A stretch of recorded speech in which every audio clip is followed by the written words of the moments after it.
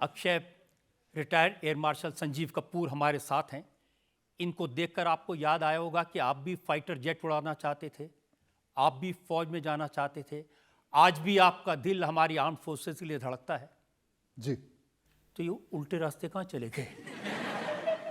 मेरे father army में थे एंड मेरी कोशिश भी यही थी कि मैं भी आर्मी में आऊँ, लेकिन मैं ज़्यादा इतना पढ़ नहीं लिख पाया। मैं एयरफोर्स में, नेवी में भी आना चाहता था, लेकिन इतना पढ़ नहीं पाया। मैंने सुना कि पढ़ने में मन ही नहीं लगता था नहीं, आपका। बिल्कुल नहीं लगता था। And my father was intelligent enough, वो इतने समझदार थे कि उन्होंने बोला कि बेटे अगर तुम्हारा मन नहीं लगता है तो तुम कम से कम 12वीं तक पढ़ लो। हाथ जोड़ता हूँ, 12वीं तक पढ़ लो। और 12वीं तक फिर उसके बाद जो जो तू बोलेगा बेटा करेंगे। And I used to see a lot of Bruce Lee films that time. फिर मार्शल आर्ट में बहुत मन लग गया और फिर मैंने बैंकॉक चला गया मार्शल आर्ट सीखने। लेकिन बैंकॉक पहुंच के मैंने सुना कि आप वेटर बन गए। हाँ, मेरे पास और कोई काम था, मिला नहीं मुझे उसके। मैं क्यों, जैसे मैंने आपको बताया, मैं इतना पढ़ा लिखा नहीं था कि मैं और कुछ काम कर सकूं, तो मैं उधर वेटर बना। एंड फिर शेफ बने, आपने समोसे बनाए। नहीं, शेफ़ नहीं था मैं, वेटर। और मतलब वो छोटा सा नहीं, ढाबा सा होता है वहाँ पे, तो उधर मेट्रो गेस्ट हाउस करके था, उधर मैं काम करता था। और वहाँ सुबह से लेके शाम तक मैं काम करता था। रात को जाके I used to practise Thai boxing on a street and वहाँ मतलब सीख के फिर सो जाते थे। तो ये करीबन ना करीबन 3-4 साल ऐसे चलता रहा। तो मार्शल आर्ट सीख के जब आप आए, उसके बाद आप कोशिश कर रहे थे कि मॉडल बन जाएं। मैं मार्शल आर्ट सिखाता था किसी बच्चे को, जो उसके फादर ने मुझे बोला, who was a model coordinator, बेटा तुम लंबे चौड़े हो, तुम क्यों नहीं बन जाते, मॉडल क्यों नहीं बन जाते। एंड उसने मुझे रास्ता दिखाया कि तो ये कर ले, तू एक मिनट एक काम करना, तू ऐसी ऐसी फला जगह में, कोलाबा साइड में था, उधर आ जा। और मुझे याद है मैं नॉवेल्टी फर्निशिंग शोरूम का मैं मॉडल बना था और उसके लिए मुझे करीबन 21,000 रुपये मिले थे। तो मैंने ये देखा कि 2 घंटे मैं एसी रूम में बैठा हूँ, साथ में एक मॉडल आ जाती है जिसका नाम सोनिया था। एंड शी कम्स एंड यहाँ देखना है, फिर वहाँ देखना है, फिर कुर्सी को हाथ लगाना है, फिर उसको देखना है, फिर वो बाजू में आके बैठ गई।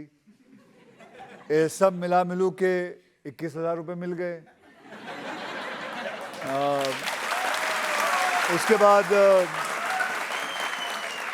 उसके बाद मैंने सोचा कि ये तो कमाल है।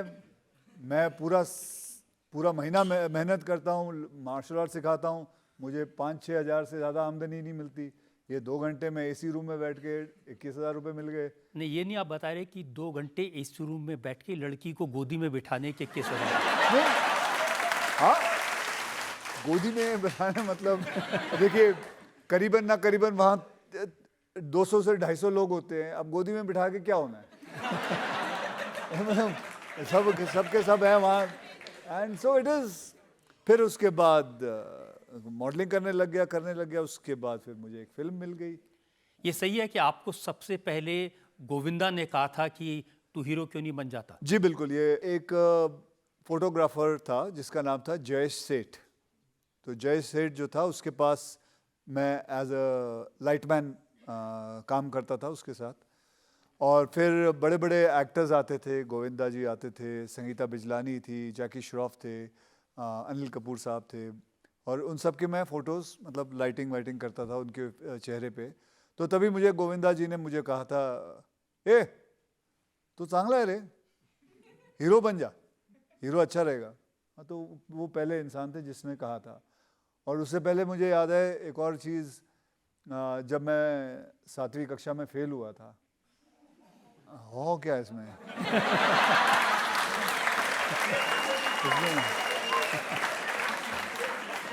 यार हो क्या है, हो गया फेल अभी। एंड सो उसमें फेल हो गया। उसके बाद मेरे फादर ने 2-3 चांटे भी लगा दिए थे। और फिर कहा ज़िंदगी में बेटा तू बनना क्या चाहता है। तब मुंह से ऐसे बात निकल गई, तो मैंने कहा मुझे हीरो बनना है।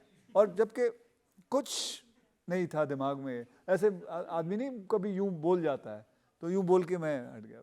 सो सबसे पहले मैंने अपने आप को बोला था मैं हीरो बनूंगा, फिर गोविंदा जी ने बोला था। और ये भी सच है कि आपको एक रैंप पर वॉक करना था, आप टाइम पर नहीं पहुंचे, फ्लाइट मिस कर दी, हाँ। इस वजह से आप फिल्मों में आ पाए? जी बिल्कुल, मैं इस वजह से हुआ क्योंकि मैं बहुत मुझे एक्चुअली गलतफहमी हो गई थी कि मुझे सुबह की फ़्लाइट लेनी थी। मैं समझा कि शाम की लेनी 6 बजे की, तो मैं सुबह रेडी नहीं था।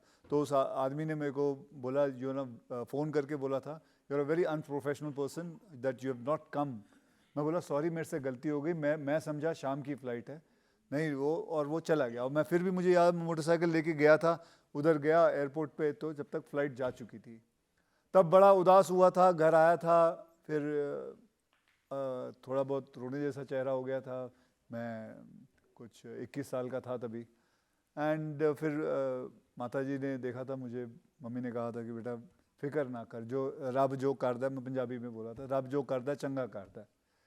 तो फिर उस तो बाद एग्जैक्टली फिर मैं उसी दिन अपनी, मेरे तभी है ना राजू जी, इतनी बड़ी बड़ी फ़ोटोएँ लेके जानी पड़ती थी प्रोड्यूसरों के पास, डायरेक्टरों के पास दिखाने के लिए। इतनी बड़ी फ़ोटोज़ लेके जानी पड़ती थी, पोर्टफोलियो जिसे कहते हैं। पोर्टफोलियो जैसे, और हाथ में लेके आदमी बस में जा रहा है। और फिर वहाँ गया मैं नटराज स्टूडियो, तो वहाँ घूम रहा था, देख रहा था, प्रोड्यूसरों से मिल रहा था। तब मुझे एक मेकअप मैन जिनका नाम है नरेंद्र दादा, उन्होंने देखा मुझे। वो मिस्टर प्रमोद चक्रवर्ती जी के मेकअप मैन थे। उन्होंने मुझे देखा और कहा, ए तेरे को हीरो बनना है?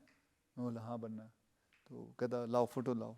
मैं फ़ोटो दे दिए, तो उसने कहा मैं अभी आता हूँ। तो वो रूम के अंदर चले गए, दादा से मिला, तो दादा को मेरी फ़ोटो दिखाई, तो दादा ने फ़ोटो शायद उनको अच्छी लगी, और तब मुझे अंदर बुलाया गया। और उसी वक्त दादा ने मुझे 5,000 का एक चेक दिया। मैं रजत जी सच्ची बताता हूँ, देखो आदमी की किस्मत कैसे बदल जाती है। मुझे वो चेक एग्जैक्टली, जो फ़्लाइट मैंने सुबह 6 बजे की पकड़नी, मुझे 6 बजे हाथ में मेरे चेक मिला था, और वो चेक मैंने लिया, और एग्जैक्टली तभी 6 बज गए थे। And I thought to myself, ये एक, आई थिंक ऊपर वाले का था कि मुझे ये फ़्लाइट नहीं पकड़नी थी। I had to be unprofessional, and then I got this flight. And देखिए, ऊपर वाले का तो ये है कि जब आप फेल होते हैं तब वो आपको हीरो बना देता है। नहीं, चाहे देखिए फ्लाइट पकड़ने में फेल हुए, हीरो बन गए। देखिए मैं आपको बताता हूँ, हर इंसान की अपनी अपनी किस्मत होती है। मैं कई बार स्टूडियोज़ के बाहर से गुजरता हूँ, देखता हूँ कई लोग वहाँ खड़े होते हैं to become an actor, and they are much better looking than me, and they are much more talented than me. But फ़र्क सिर्फ इतना होता है कि मेरी लक में था कि मुझे किस्मत में मिल गई। मैं आई डोंट नो यहाँ कितने लोग ये बात मानेंगे कि इंसान की ज़िंदगी में हार्डवर्क जो है ज़रूरी है, बहुत ज़रूरी है, लेकिन लक का भी होना उससे भी ज़्यादा ज़रूरी है। तो सही टाइम पे आप सही जगह पे और सही लोग से मिल जाएं, तो आपकी किस्मत अपने आप बदल जाती है। तो ये मेरे साथ हुआ था। I wouldn't deny that. I consider myself lucky, and I think God has been very kind to me.